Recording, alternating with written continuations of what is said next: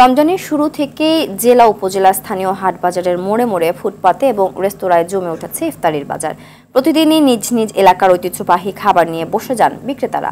বিকেল থেকে এসব ইফতারের দোকানগুলোতে ক্রেতাদের উপচে পড়া ভিড় দেখা যায়। বিক্রেতাদের হাঁক ডাক আর ক্রেতাদের ক্রয় উৎসবে জমজমাট হয়ে উঠছে ইফতারের বাজার। দর্শক, ইফতার বাজারের খবর জানাতে আশুলিয়া থেকে সরাসরি যুক্ত হচ্ছেন সহকর্মী তৌহিদ মোর্শেদ নোমান। আপনার এলাকার ঐতিহ্যবাহী ইফতার সামগ্রীর কি আর এসব কেনার জন্য দোকানে ভিড় কেমন দেখছেন? দাম নিয়ে ক্রেতা বিক্রেতারা কি বলছেন জানাবেন।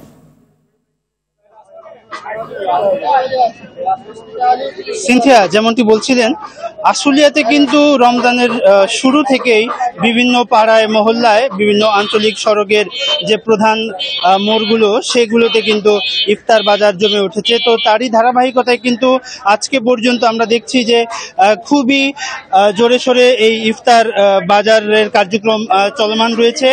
ক্রেতারা কিন্তু উৎসুক ক্রেতারা এখানে ভিড় করছেন। তারা কিন্তু নানা রকমের নানা রঙের এই ইফতারগুলো ক্রয় করতে তারা এই দোকানগুলোতে আসছেন।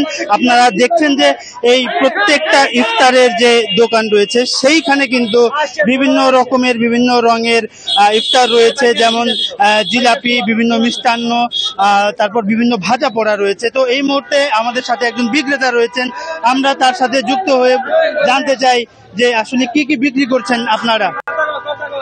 আসছেন, বড় হয়ে আসেন, সেটা একটু যদি বলতেন। আমাদের এখানে আপনার রেশমি জিলাপি পাওয়া যায়, বুরিন্দা পাওয়া যায়, বোম্বাই জিলাপি আছে, ছোলা আছে, শাসনিক আছে। ধন্যবাদ। তো আপনারা কিন্তু শুনছিলেন যে বিক্রেতারা বিভিন্ন রকমের ইফতার পণ্য কিন্তু তারা বিক্রি করছিলেন।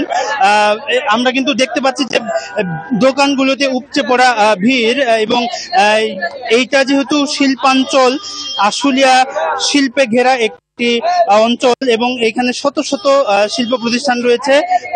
শিল্প প্রতিষ্ঠানগুলো কিন্তু ঠিক এই সময়তেই ছুটি হয় এবং ছুটি শেষে কিন্তু বাড়ি ফেরার আগে সেই শিল্পাঞ্চলের বিভিন্ন শ্রমিকরা তারা কিন্তু এখান থেকে কেনাকাটা শেষ করছেন। তো আশুলিয়া কিন্তু এখানে যেই আমি আশুলিয়া শিল্পাঞ্চলের পুকুর পাড়ের যেই এরিয়া থেকে আপনাদের জানাচ্ছিলাম, সেখানে ইফতার বাজার রয়েছে যথেষ্ট জমজমাট, এবং এই ইফতার বাজারকে কেন্দ্র করে কিন্তু মানুষের অনেক আগ্রহ রয়েছে। তবে বিশেষজ্ঞদের মতে যে ভাজা পোড়াগুলো সাধারণত